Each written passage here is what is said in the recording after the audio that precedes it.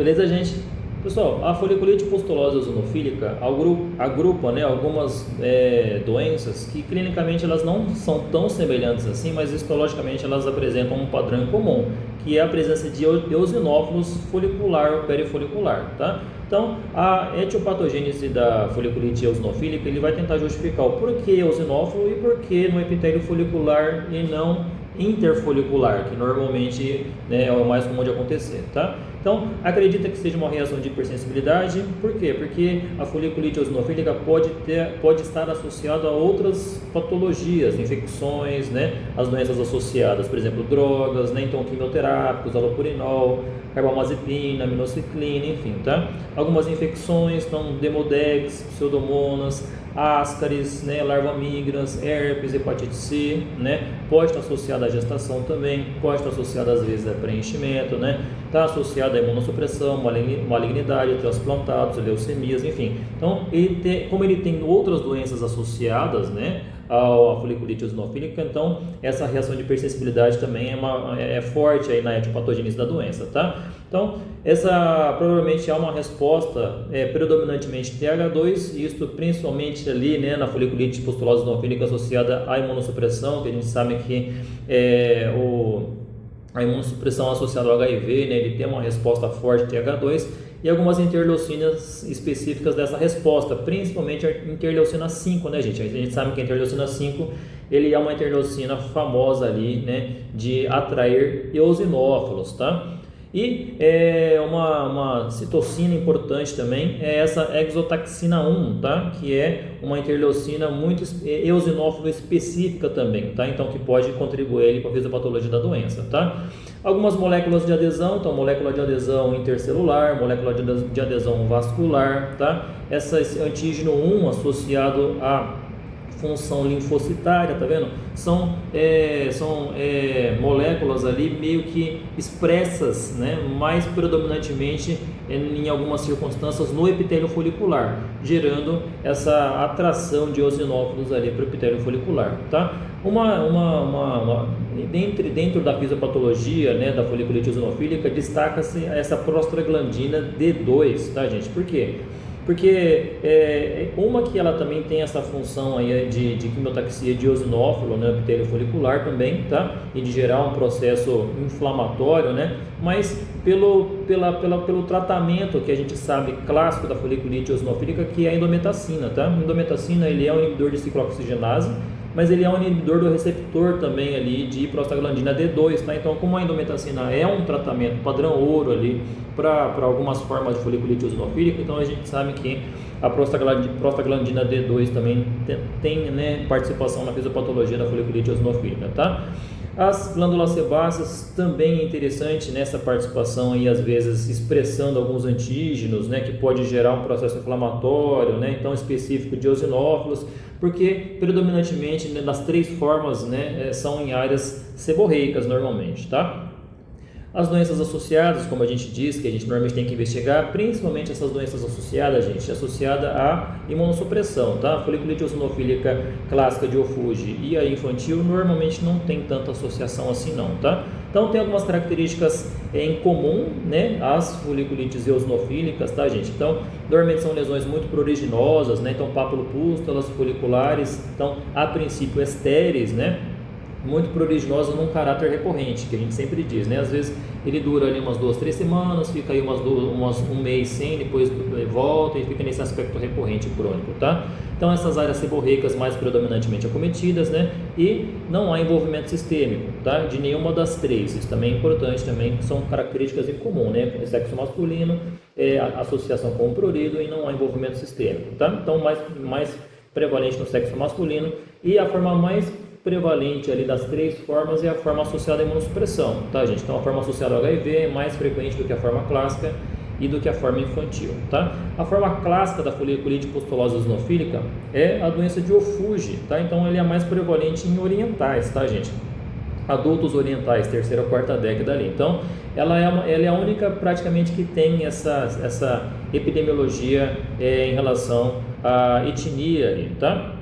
E os últimos estudos não identificaram uma diferença significativa entre homens e mulheres para essa foliculite eosinofílica, tá? Então, para essa, homens e mulheres têm mais ou menos a mesma prevalência, tá? A característica clínica marcante são lesões, pápulas e pústulas de padrão arciforme, de disseminação centrífuga, predominantemente aqui na região malar. Então, ou seja, ele acomete muito a região da face, tá? Então, lesões arciformes, crescimento centrífugo, né?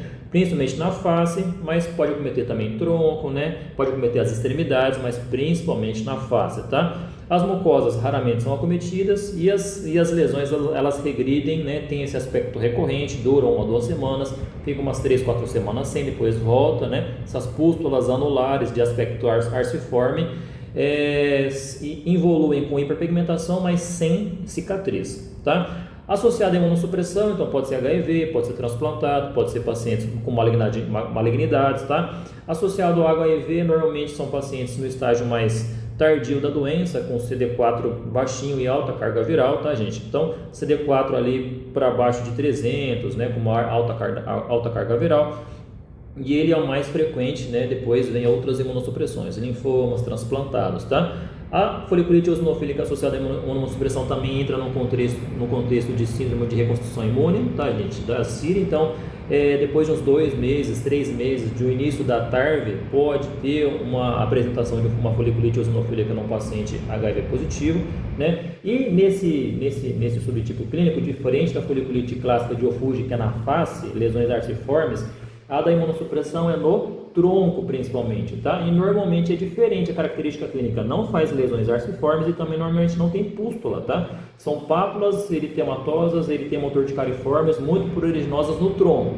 Pode cometer face, pode cometer extremidade proximal, pode cometer outras regiões, mas é principalmente no tronco, tá, gente, tá? E normalmente sem pústulas e sem configuração arciforme, tá? No exame laboratorial, normalmente a gente encontra ali uma eosinofilia associada a uma linfopenia ali da imunossupressão, tá? Por exemplo, na foliculite eosinofílica de Ophuge, normalmente a gente encontra uma leucocitose com uma eosinofilia, tá?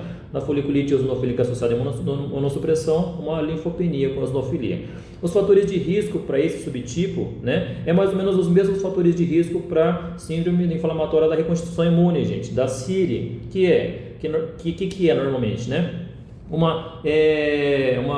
CD4 bem baixinho no começo do tratamento, uma alta carga viral no começo do tratamento e uma melhora muito grande, uma queda muito rápida ali da carga viral. Isso aumenta a chance de CIRI e isso aumenta a chance ali também de foliculite eosinofílica nesses pacientes, tá? Então, o sexo masculino também é um fator de risco também, tá? Nos pacientes com malignidade hematológica, né, e com transplante, acaba acometendo mais a região da face, tá vendo? A neohematológica acomete face e após transplante também face, que normalmente não é acometido nesse subtipo da foliculite eosinofílica, tá? E a epidemiologia aqui desses pacientes imunossuprimidos normalmente é um pouquinho mais para frente, tá, gente? Então, 4ª, 5ª, 6ª, 7ª década, tá?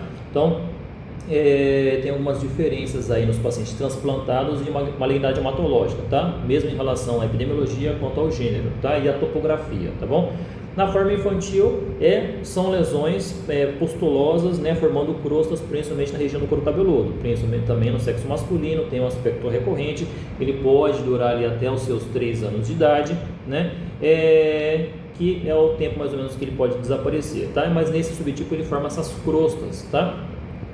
Então, principalmente no couro cabeludo, mas pode acometer tronco também, extremidades. Na histopatologia, a gente vai encontrar então esse infiltrado de eosinófilos e linfócitos, principalmente folicular e perifolicular, podendo ou não ter uma destruição do epitélio folicular ali, mas normalmente não, tá? E também pode ter infiltração de mucina, tá vendo? Mucinose folicular, tá? Então lembrar que a foliculite eosinofílica histologicamente é um diagnóstico diferencial até de MF foliculotrópica, mucinose folicular, tá? Porque a própria MF foliculotrópica, né, a mucinose folicular, além de linfócitos neoplásticos, pode ter eosinófilos também, tá? Então são diagnósticos diferenciais aí, tá? Pode ter figuras em chamas, lembra? Figuras em chamas a gente vê normalmente uma característica da celulite eosinofílica, mas não é patognomônico, né? Então, na foliculite eosinofílica, por exemplo, infantil, uma biópsia pode ter figuras em chamas também, tá? Nos exames laboratoriais, então, leucocitose com eosinofilia periférica, né, principalmente ali na forma clássica, ali, que tem essa característica, né, e o aumento do IgE também, tá? Então, por exemplo, a foliculite infantil discute também se pode estar associado com atopia, tá, gente? Então, assim, IgE elevado, eosinofilia periférica, leucocitose são alguns exames laboratoriais que a gente espera encontrar, tá? Então, o tratamento, ele depende, né? Então, a indometacina, como a gente já explicou ali na etiopatogênese, né? É um tratamento padrão ouro, principalmente para a forma clássica, tá? Mas, por exemplo, associado à imunossupressão, como pode estar associado a diversos antígenos, às vezes tratamentos antifúngicos, antibiótico-terapia, né, a própria TARV, imunossupressores, enfim, azatioprina, um monte de outros anti-inflamatórios, naproxeno, tá? Medicamentos que atuam ali na quimiotaxia de neutrófilos também são interessantes, dapsona, tá? Prednisona tópico, prednisona via oral, laítra, aminocetrina, fototerapia, né? Os tratamentos tópicos também, tá? Então, dependendo da causa, né, do fator desencadeante ali, ele pode ter uma melhor resposta com outros tratamentos, mas o tratamento padrão ouro é a indometacina, que é um anti-inflamatório. Beleza, gente?